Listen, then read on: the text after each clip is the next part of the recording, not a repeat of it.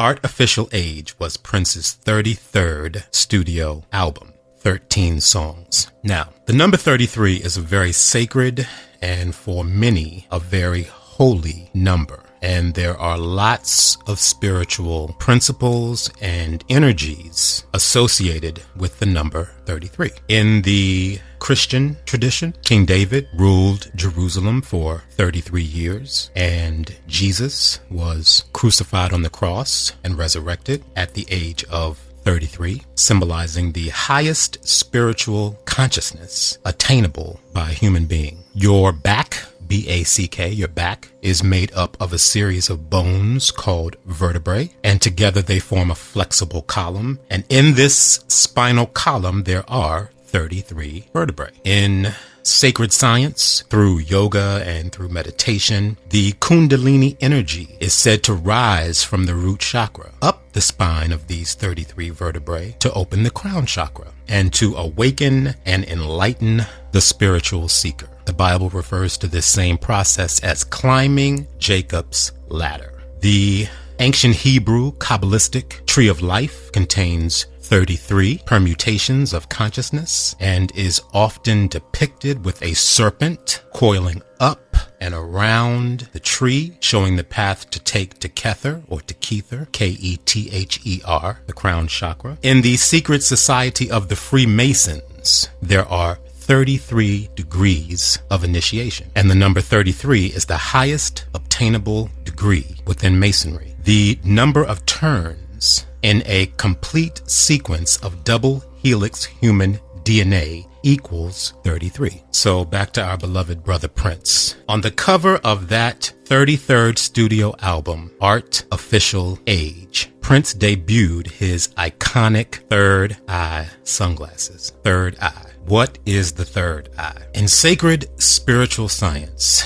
the third eye refers to the pineal gland, P-I-N-E-A-L, the pineal gland, which lies at the geometric center of our human brain, between the left and right hemispheres. Now, mainstream science teaches that the pineal is a small pine cone-shaped gland located in the epithalamus that produces the hormone melatonin. And melatonin regulates our daily rhythm of sleep. The production of melatonin by the pineal gland is stimulated by darkness, so we begin to feel sleepy at night. And the production of melatonin by the pineal gland is inhibited by light, so we wake up in the morning by the sunshine. Now, the word epithalamus, and again, that's where the pineal gland is located in the brain. The word epithalamus comes from the Greek word ophthalmos, O-P-H-T-H-A-L-M-O-S, ophthalmos, which has the exoteric or literal public meaning of the word eye, E-Y-E, your eye, and the esoteric or hidden metaphysical meaning of the eye of the mind, the faculty of knowing, or gnosis, G-N-O-S-I-S, gnosis, the faculty of knowing. So metaphysically, the pineal gland is linked to clairvoyance and intuition. And that, my beloved brothers and sisters, brings us to the year 1649 and to René Descartes. René Descartes was a French 17th century philosopher,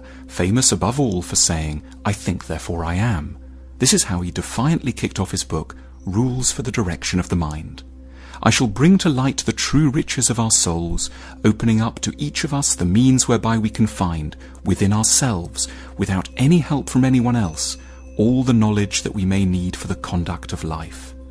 Descartes epitomizes the solitary end of philosophy.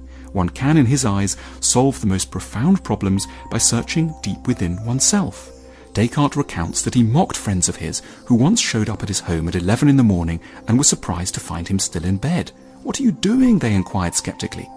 "Thinking," Descartes replied. The group was stunned, but Descartes criticized them in turn for privileging often nonsensical practical tasks over the beauty of pure, quiet reflection in bed.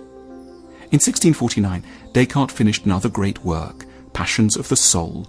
Descartes identified 6 fundamental passions: wonder, love, hatred, desire, joy, and sadness. In 1646, Queen Christina of Sweden got interested in sorting out issues in her mind and began a correspondence with Descartes. She even persuaded the philosopher to move to Sweden to tutor her in passion and philosophy in 1649.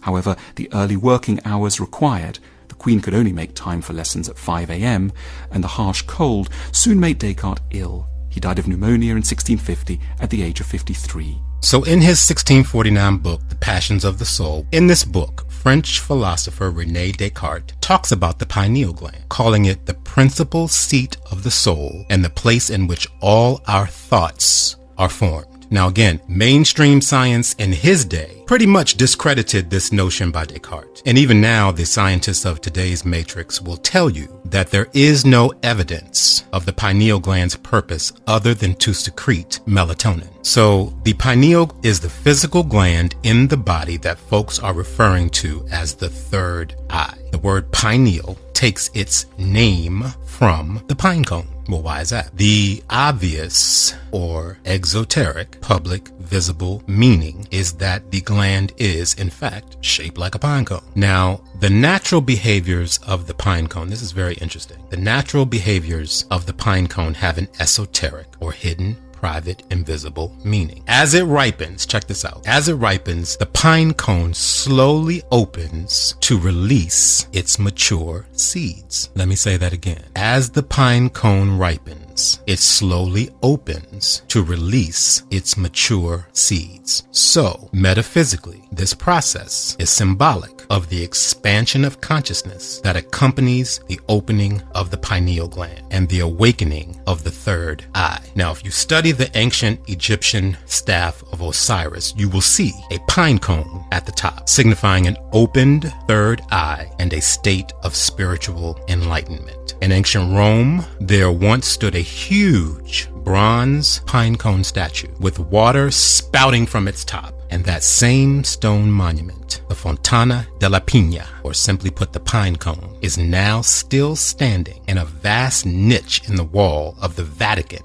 in Rome to this very day. I'm telling you, the people in the Vatican, they know everything. They might not want you to know, but they know. So the idea of the third eye is and has been represented in the world since way back into antiquity, and it is still all over the place to this very day. For the purposes of this conversation, what is important to know is that symbols are a sign of a deeper, often hidden meaning. Let me repeat that. Symbols, logos, sigils, S-I-G-I-L-S. We'll say more about sigils another day. Symbols, logos, sigils are a sign of a deeper, often hidden meaning. Symbols communicate more information to your soul than a single word is able to get across to you. If I put that in another way, I would say words resonate in the left or logical brain, and words intellectualize the mind, and symbols resonate in the right or imaginative brain, and symbols teach the soul. Back to my beloved ancient Egyptian ancestors. They were absolute masters of symbology. We still can't, all these centuries later, wholly figure out the imagery they left behind for us to ponder. And yet we can look at their megaliths, read the walls of their temple ruins, and become breathless and left speechless as we stand there gazing at the wonder of it all. And our cosmic soul connects with those hieroglyphics in a way that our human mind just can't seem to comprehend. Beloved brothers and sisters, this is the power of symbols. And in spirit science, the conscious creation and arrangement of symbols to communicate spiritual principles is called sacred geometry. Sacred geometry. So the third eye is a sacred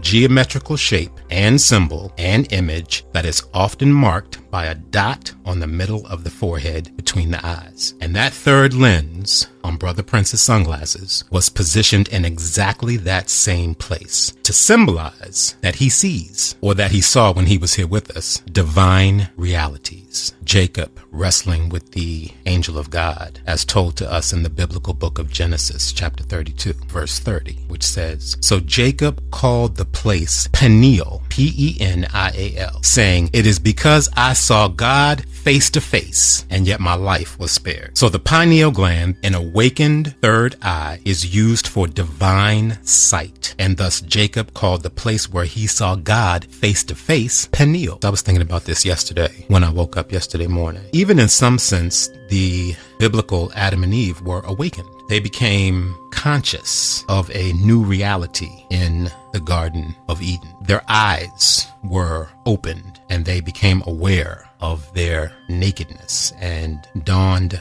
fig leaves to cover themselves. And if you do not yet consider yourself spiritually awakened, there are two ways that I know to facilitate the process. First, you can be taught into awakening. For some of you, I am making you aware of the pineal gland and third eye for the first time. And because we are responsible for what we know, your DNA will take it from here, because God is the harvester of the seeds planted by man on sacred schedule. Your soul codes will unlock further knowledge for you, and mature knowledge leads to wisdom, and wisdom over time wakes you up, and you will then have eyes that see and ears that hear. So get yourself around some enlightened, conscious, spiritual teachers and absorb their knowledge and wisdom, and you then will become ripe for awakening. The second way that I know to become spiritually awakened is to study into it. It was through my daily Bible study that I had the biggest spiritual awakening I've ever experienced. Sitting on my bed, reading Genesis 6, and when I ran across verse 4 and the word Nephilim, Nephilim, an energy vortex over the top of my head, my crown chakra opened, and the Holy Spirit, the divine mind,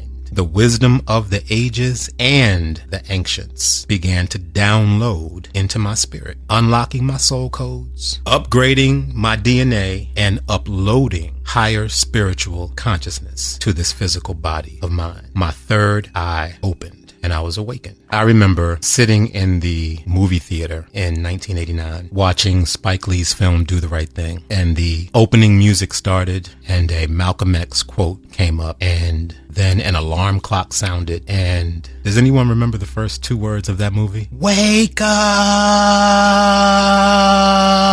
Wake up! Wake up!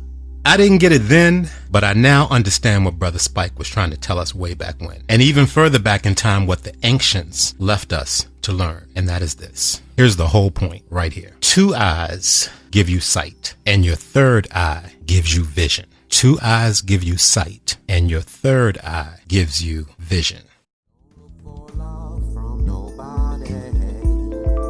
Find yourself to